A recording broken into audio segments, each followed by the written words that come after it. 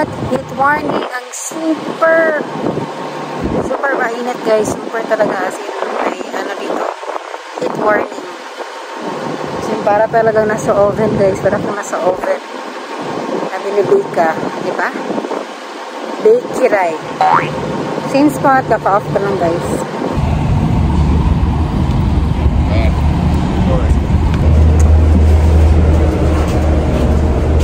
Init. Super init. Super init.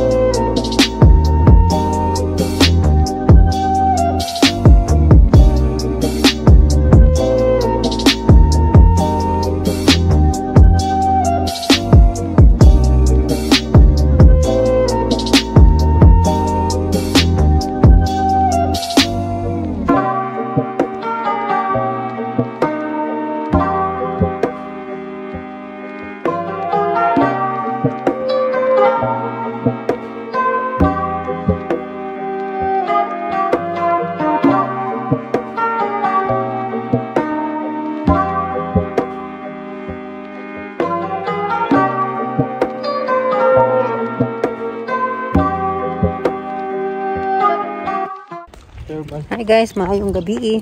Ay, Tagalog pala. Magandang gabi guys. It's 7:39 PM na dito. Punta kami ano guys. 4:38 na. Umuwi ako 5 PM sa bahay galing McDo. Tapos ngayon, punta kami laki na Tizola. Kunin namin yung binigay sa akin daw ng mga damit na naman. Diba? Ticket. Tsaka bus ticket namin sa kanya. So, ayan. 8 PM pero grabe. Oo. Antok na ako guys. Super. Pagmadali lang kami. Super init dito guys. Super talaga. 46 degree? 46 degree. Para kang ano. Para kang nasa oven guys. Kung init dito,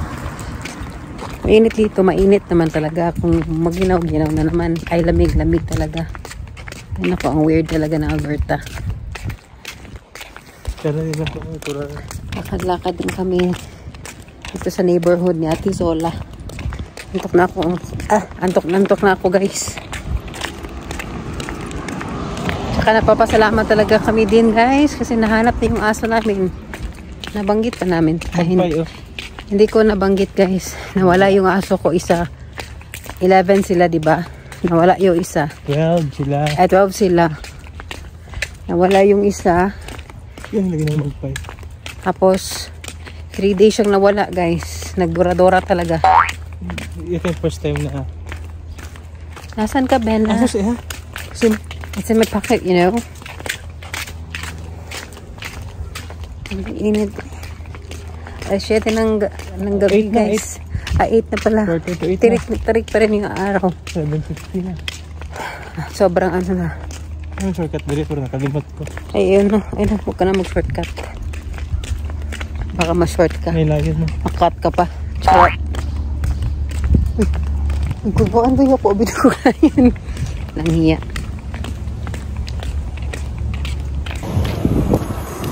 Ha? Tingnan ako po. Tingnan diba? Skuralo na lang ako. Ito pa. Kaya Hindi man, dito pa sa Fikas.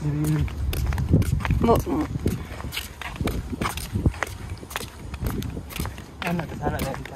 Ito mo, Fikas. Hindi naman sa dire mana. May mini park pala dyan guys. Oh, mini park.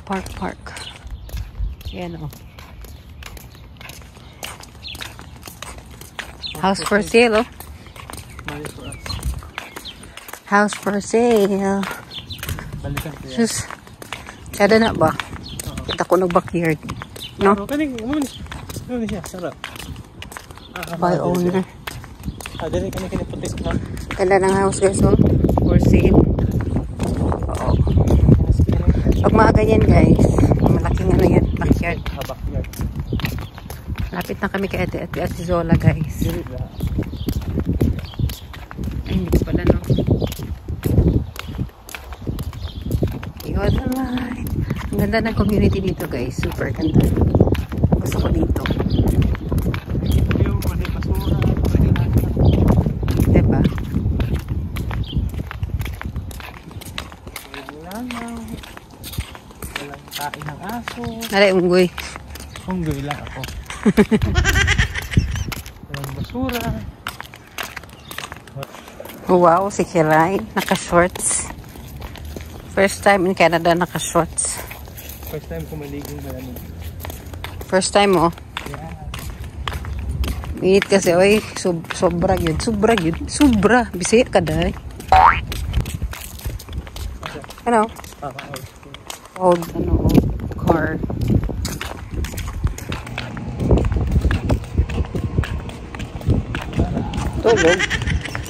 Tulog sa kubos. Ganiti ko. Antok ko eh. Yan pala sa backyard. Kadung.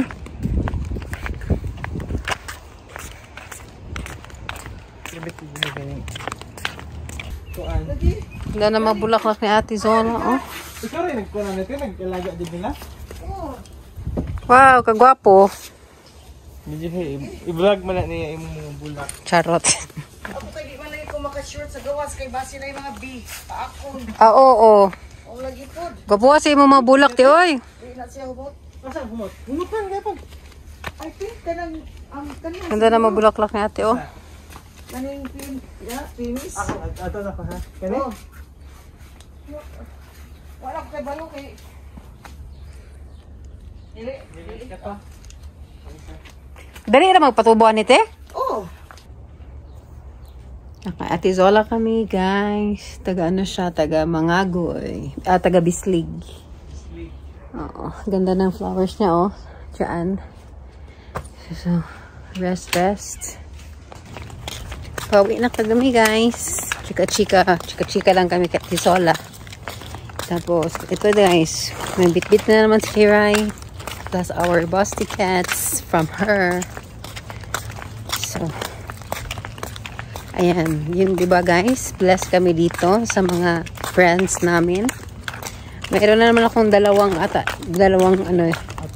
attire na naman.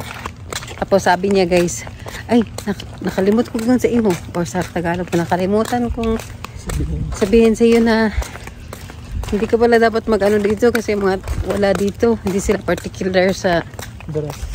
Oh, hindi sila particular sa physical talaga dito guys. Kasi walang discrimination. Walang pleasing personality dito. Bawal dito yun. May mga driver ng bus dito na babae na matanda na nag-drive pa na. Oo. Nagka-cashier pa. Yun lang dito guys. Kaya everybody has a work. Kasi kahit disabled may work. Yun lang kasi walang discrimination. Walang age limit. Oo. Kung sa Pilipinas lang talaga ganun guys. Siguro wala talagang taong mahirap or taong hindi makakain. 'Di ba? Yeah. Kasi ano pa nga kailangan high school graduate o 'di ba? Hindi na nga makakain, nag-high school graduate pa. Comment kayo guys kung nag-agree kayo sa aking mga sentimiento.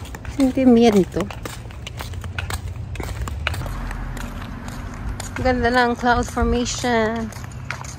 Nakalalabas na ang Panginoon natin dyan. Nakapalitan ba siya? Yan ang bibilhin niya guys. Bibilhin niya guys sa kanyang panaginip. Yeah, dream. Dream big, dream high. Yung mata ko guys sa pagdating talaga sa bahay nito guys. Tulog na tayo. Antok na, antok na.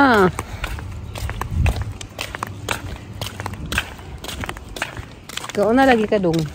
Ay, init ako squirrel. Squirrel? Yung squirrel. That's squirrel. Squirrel. Bisaya, gid mo dong. Chipmunks. May mga chipmunks dito, guys. Si Alvin. Yeah. Alvin the chipmunks. Ah, kapoy. Sabi ng mga kakilala kong Pinoy, huwag mong hawakan yung chipmunks kasi may mga rabies yung mga yan pag nakagat ka. Ay, totoo? Parang daga din. Parang daga. Oo, ang totoo. Hello, si Bella. Oh, si Bella. Yeah. Guys, super, ang saging kinapoy. Pagod. Super pagod pala ako ngayon, guys, kasi, di ba supposedly 44 minutes yung travel ko or mag-go 1 hour. Ngayon, guys, nag-a-add na 20 minutes kasi may mga roadworks dito. So, may detour. So, imbis na dito na sa amin, detour nga sa ibang sa street. So, mag-wait naman ako ng other bus. Puntang pabalik dito sa amin. So, super hassle. Sana naman matapos na ang mga roadworks. Tsaka na-late din ako kanina, guys. 20 minutes. Ha! Sa McDonald's. Tingin mo. Bango ang paligid dahil sa bulaklak. Oo. Bango nga. Tapos malapit na yung Canada Day dito, guys. July 1. Malapit na ang Canada Day. Sa una kasi sinis ko lang ako makita magkailan yung nag-t-shirt ay pinagkailan dyan. Pero apil na ta. Tiyan. Feeling. Hi guys, nandito ako sa Westmount na parang center. Nabahan lang ako sa Dollarama. Katapos lang ng shift ko. Sa TD. Bumili lang ako guys ng mga cleaning supplies. Kasi diba lilipat kami ng apartment at saka may titingin daw ng bahay. So I need to clean guys the apartment para at least naman hindi tayo maano. So papunta na ako sa bus ko. So I'll see you later guys.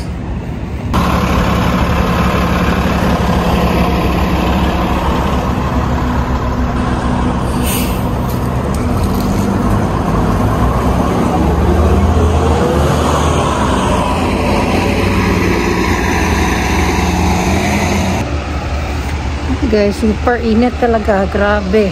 38 degrees ngayon. Hindi ko na yung bus ko. Ay, hindi pala yun. Dito pala yun.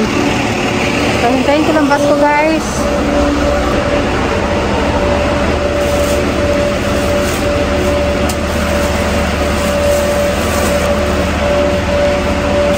Super init. Nandito yung bus ko na.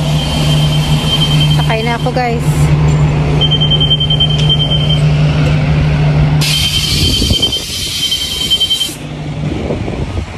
Hi there. Oh my gosh, so hot, hot, hot.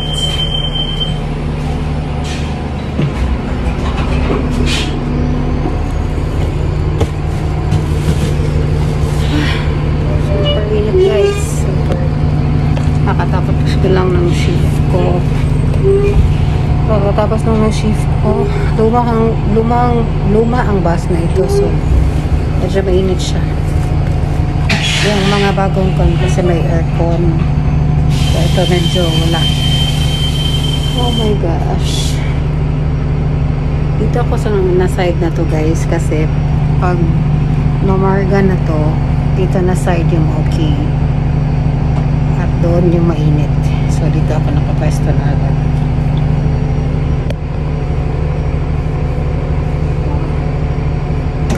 Sobrang init talaga dito guys.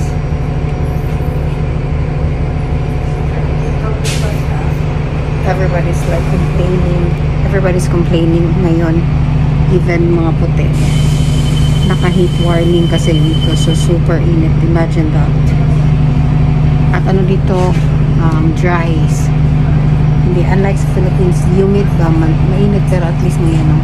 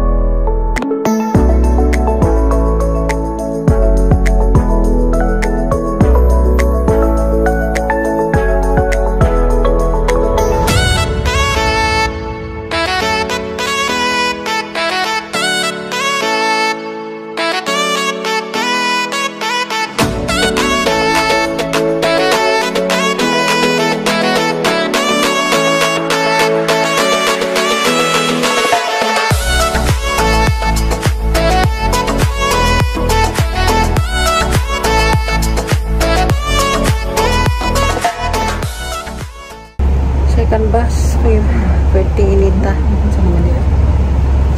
going to Millwoods na. So parang init guys, sobra talaga. Pero nakakapagtataka si Kiray, wala pa rin pawis.